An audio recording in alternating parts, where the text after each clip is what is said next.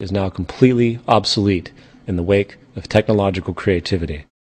If people do not have jobs, they cannot support the economy by purchasing anything. This reality is the final proof that our current system is now completely out of date, and if we want to deter riots in the streets and poverty on a scale never before seen, we are going to have to revise our traditionalized notions about how society functions at the fundamental level. We require a new social system that is updated to present-day knowledge and modern methods. Part 2. What is relevant?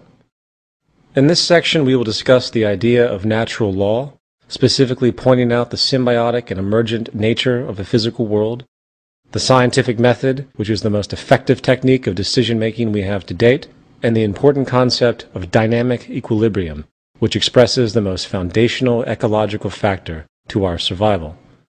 We will also show how, through the intelligent use of technology and proactive resource management, we have more than enough to go around on this planet, enabling an accessible abundance for all the world's people. Natural law. There is a tremendous amount of noise in our system. In other words, the fundamentals of life have been lost in a sea of social, occupational, and financial obligations, many of which are largely artificial. For example, the need for money and income puts the human into a position where choice is often very limited. Usually, the jobs found do not reflect the genuine interests of that particular person, nor the true interests of society as a whole.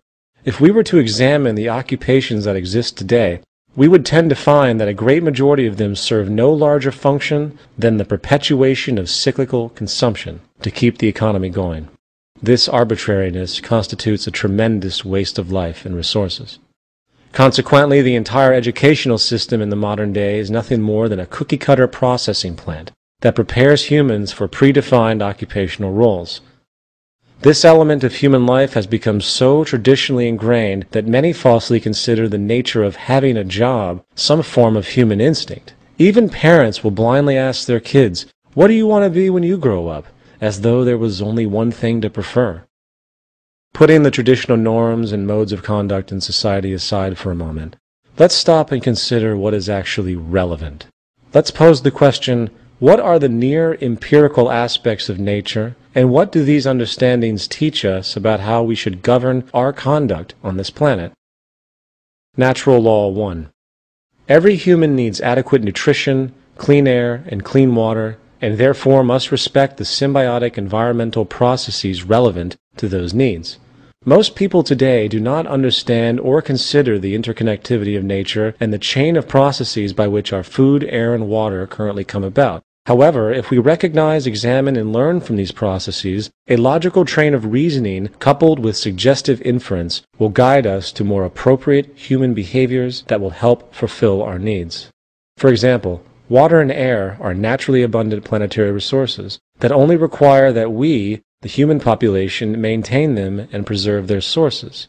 Sadly, our impulsive, narrow-sighted profit system has seen to it that usable water is now approaching crisis scarcity, for industry continues to pollute the system at every turn. In the United States alone, about 3 million tons of toxic chemicals are released into the environment a year, contributing to birth defects, immune system disorders, cancer, and many other serious health problems. The symbiotic relationship of natural processes has a built-in frame of reference, which is accessible by understanding how the world actually works via scientific investigation. Very simply, our behavior should be guided by the priority of seeking the highest optimization of circumstances that preserve and maximize the abundance and quality of our necessities of life. Sadly, this is not happening. The fact is, our sustainability is under severe threat by the current methods we are using. The monetary system continues to operate with the interest of short-term gain at the expense of long-term destruction. As natural law denotes, we need high-quality air, food, and water to live. Therefore, we must overcome any practices which disturb or create the propensity to disturb the symbiotic environmental processes which keep our basic needs in order. If we don't, the consequences of our violation of this law could put us past the point of no return environmentally, and thus the survival of the human race will be in question. Natural Law 2. The only constant is change, and human understandings are always in transition.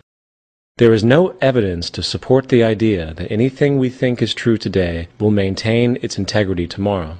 While certain observed natural phenomenon may seem near empirical, based on current scientific evidence, the specifics of each notion will always be altered, for our tools and methods of analysis are always changing and hopefully improving.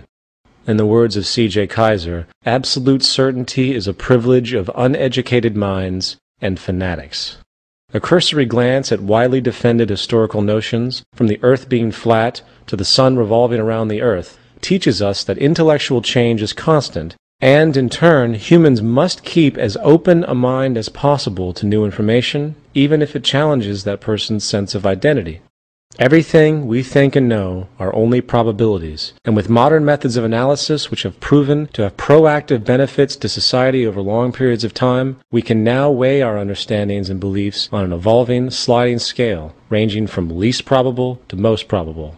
This is based not on human opinion or subjectivity, but on concrete feedback responses from the natural world.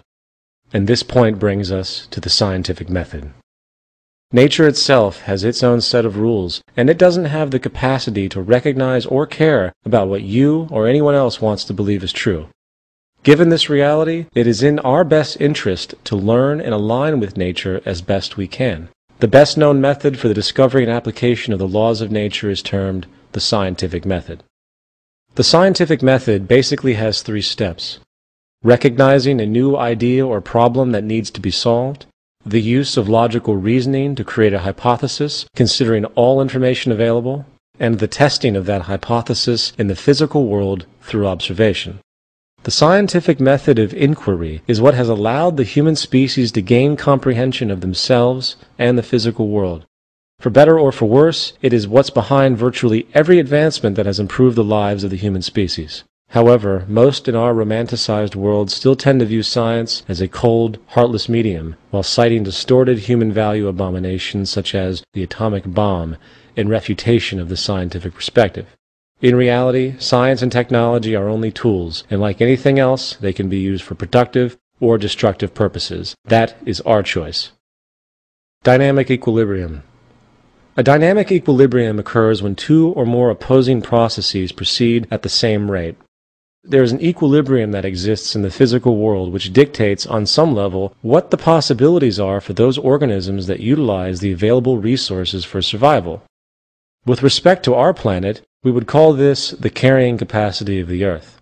The human management of dynamic equilibrium on this planet, which is the most important initial variable regarding the management of society itself, can only come from first understanding what the carrying capacity of the Earth actually is. The needs of the human population must be in balance with the resources of the planet. That being said, let's now examine what we know or can infer about the planetary resources available. The fundamental building blocks of society consist of the following: energy, industrial and technological raw materials, food, air, and water. Energy is the cornerstone of society today. It is one of the most critical factors to all social functionality. The age of oil and fossil fuels, along with all the resulting pollution, is coming to a close. There is no reason to burn fossil fuels at all anymore, other than the profit-oriented vested interest that keeps new clean energy prospects at bay. Remember, the last thing the energy industry wants is abundance, for that translates into a loss of profit in the monetary system. One of the most important sources of energy to recognize today is geothermal power. According to a 2006 MIT report, about 2,000 zettajoules of power is currently tappable worldwide. The total energy consumption of all the countries on the planet is only half of a zettajoule a year. This means about 4,000 years of planetary power could be harnessed immediately in this medium alone. As far as wind energy, a 2005 Stanford University study published in the Journal of Geophysical Research found that if only 20% of the wind potential on the planet was harnessed, it would cover all the world's energy needs. As far as solar energy, the sun's radiation striking the Earth's surface each year is more than 10,000 times the world's annual energy usage. From simple photovoltaic panels that can capture energy into storage batteries for private use, to full-scale solar power plants, new technology is constantly emerging, which is vastly improving this potential. Lesser known is tidal power, which is derived from tidal shifts in the ocean, Installing turbines which capture this movement generates energy. In the United Kingdom, 42 sites are currently noted as available, forecasting that 34% of all of the UK's energy could come from tidal power alone. However, more effectively, wave power, which extracts energy from the surface motions of the ocean, is estimated to have a global potential of up to 80,000 terawatt-hours a year. This means that 50% of the entire planet's energy usage could be produced from this single medium. In view of all of these options, energy is nothing but abundant on this planet. The only reason people today think it might be scarce is because of the monetary system's strategic propensity to create the scarcity.